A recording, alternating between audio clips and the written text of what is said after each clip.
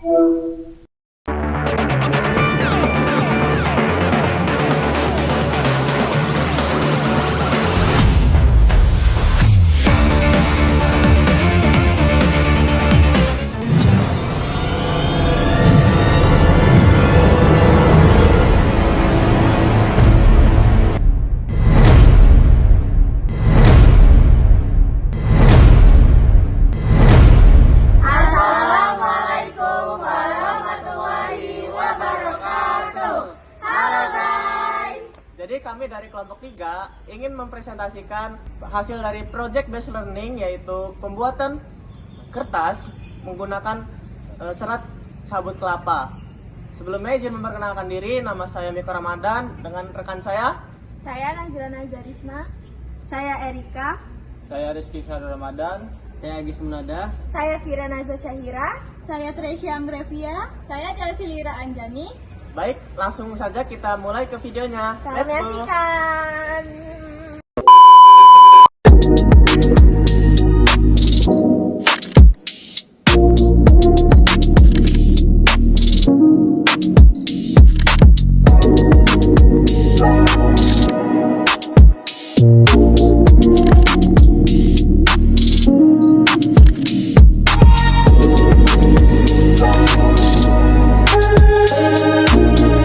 Jadi kita akan masuk ke selanjutnya, yaitu latar belakang. Latar belakang yang kita ambil adalah kertas merupakan kebutuhan penting dalam kehidupan sehari-hari. Jadi kertas itu sangat sering digunakan sama kita, yaitu untuk menulis, menggambar dan lain-lain. Jadi yang kita patenkan yaitu, namun bahan baku utama kertas konvensional berasal dari pohon atau kayu, sehingga peningkatannya kebutuhan kertas dapat menyebabkan eksploitasi hutan yang berlebihan. Oleh karena itu, diperlukan bahan baku alternatif yang lebih ramah lingkungan. Salah satu bahan yang berpotensi digunakan adalah sabut kelapa. Jadi kami di sini menggunakan sabut kelapa sebagai alternatif pembuatan kertas. Nah, sabut kelapa itu merupakan limbah yang jumlahnya melimpah di Indonesia dan seringkali tidak dimanfaatkan secara optimal. Padahal sabut kelapa sendiri memiliki kandungan selulosa dan itu kandungannya itu sangat tinggi, sehingga dapat diolah menjadi pulp dan kertas. Baiklah, di sini saya akan menjelaskan tujuan dan manfaat dari praktikum ini. Adapun tujuan dari praktikum ini adalah menghasilkan lembaran kertas dari serat sabut kelapa melalui proses perebusan dan pencetakan. Selain itu, praktikum ini juga bertujuan untuk menganalisis pengaruh penggunaan NaOH itu sebagai zat delignifikasi terhadap kualitas fisik kertas yang dihasilkan. Tujuan berikutnya itu adalah menguji kualitas kertas yang meliputi kadar air, daya serap air, nilai COP, dan ketebalan. Nah, manfaat praktikum ini yaitu memberikan pengalaman kepada mahasiswa dalam mengelola serat, dalam menjadi produk kertas, memahami pengaruh perlakuan kimia terhadap kualitas serat, serta melatih kemampuan dalam melakukan pengujian mutu produk sederhana. Selanjutnya, dasar teori sabut kelapa. Sabut kelapa merupakan limbah padat yang berada di antara tempurung dan kulit luar buah kelapa. Sabut kelapa memiliki kandungan kimia berupa selulosa sekitar 26,6%, hemiselulosa 27,7%, dan lignin 29,4%. Kandungan selulosa yang tinggi menjadikan sabut kelapa berpotensi sebagai bahan baku pembuatan kertas.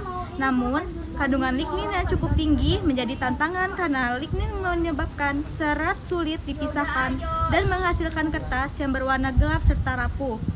Oleh sebab itu, diperlukan proses delignifikasi menggunakan larutan NaOH untuk melarutkan lignin sehingga serat selulosa dapat dipisahkan dan dimanfaatkan dalam pembuatan pulp. Saya akan menjelaskan teori pulp dan faktor kualitas kertas. Pulp merupakan bubur serat yang menjadi bahan dasar dalam pembuatan kertas. Pada penelitian ini digunakan proses soda, yaitu proses kimia yang memanfaatkan NaOH untuk melarutkan lignin dari serat sabut kelapa dan berkurangnya lignin. Selulosa dapat dipisahkan dan dibentuk menjadi lembaran kertas. Kualitas kertas dipengaruhi oleh beberapa faktor, antara lain jenis serat, proses pembuatan pulp, proses pencetakan, proses pengeringan, serta penggunaan bahan tambahan seperti perekat. Semakin baik proses pengolahan serat, semakin baik pula kualitas kertas yang dihasilkan. Selanjutnya ada metodologi penelitian. Dalam penelitian ini digunakan beberapa alat seperti glass beaker, hot plate, blender, cetakan kertas, oven, dan termometer. Bahan yang digunakan yaitu sabut kelapa, NaOH, aquades, air keran, pemutih, dan bunga hias. Tahap pertama adalah preparasi bahan baku dengan memotong sabut kelapa menjadi ukuran sekitar 1 cm dan menimbang sebanyak 100 gram. Selanjutnya dilakukan proses delignifikasi menggunakan larutan NaOH yang dipanaskan pada suhu 60 derajat Celcius selama 60 menit sambil diaduk. Tahap berikutnya adalah pencucian. Penggilingan menggunakan blender hingga menjadi pulp. Kemudian dilakukan proses bleaching atau pemucatan menggunakan pemutih komersial. Selanjutnya saya akan menjelaskan pada bagian pencetakan dan pengeringan. Setelah proses bleaching selesai, pulp dicuci hingga bersih dan dihaluskan kembali agar homogen.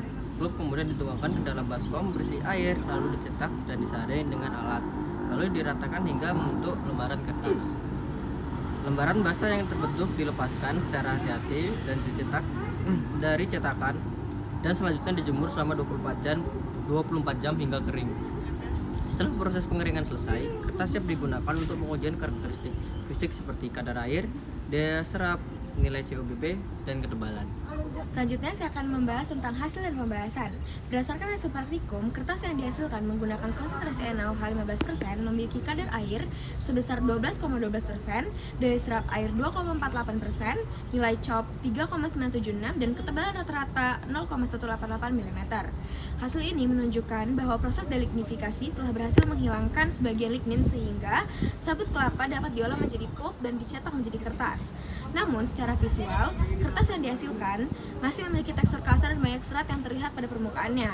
Hal ini disebabkan oleh kandungan lignin yang masih tersisa, proses penghalusan yang hanya menggunakan blender, serta tidak adanya bahan perekat tambahan. Selain itu, proses pencetakan dilakukan secara manual tanpa pengapresan sehingga lembaran kertas yang dihasilkan masih berpori dan kurang rata.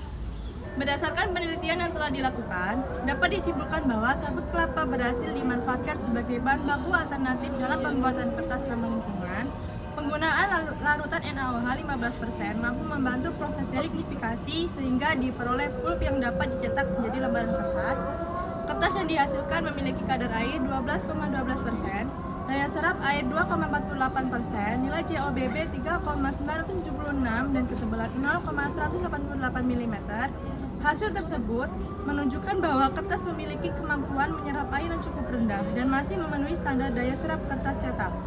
Untuk penelitian selanjutnya disarankan menggunakan variasi konsentrasi NaOH, alat penghalus yang lebih baik, serta penambahan perekat agar kualitas kertas menjadi lebih halus, kuat, dan seragam.